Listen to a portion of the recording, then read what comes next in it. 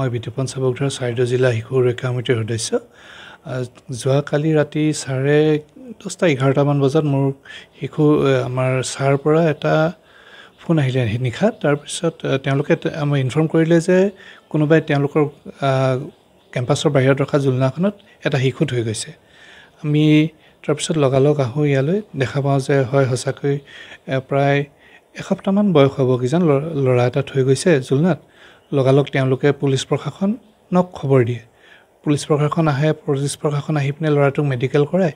ইতিমধ্যে আমি যিখিনি শিশু সুৰক্ষা সমিতি হিচাপে ব্যৱস্থা কৰিব লাগে, ছাতে ল'ৰাটোক ৰখাৰ ব্যৱস্থা কৰিছোঁ আৰু যিখিনি অফিচিয়েল কাম আছে আজি আমি সেইখিনি আগবঢ়াই লৈ গুচি যাম। ল'ৰাটোৰ বয়স ধৰি লওক এসপ্তাহ তেনেধৰণে হ'ব পাৰে। নাভিটো এতিয়ালৈকে হৰাই নাই। গাৰ্জেনৰ একো সুসূত্ৰ পোৱা নাই। আচলতে এনে অনুষ্ঠানবিলাকৰ যিখন জুলনা থাকে তাৰ ওচৰত CCTVৰ ব্যৱস্থা কৰা নহয়, যাতে কোনোৱে যদি নিজৰ পৰিচয়টো গুপুত ৰাখিব বিচাৰে তেতিয়াহ'লে তেনেধৰণে শিশুবিলাক থৈ যাব পাৰে।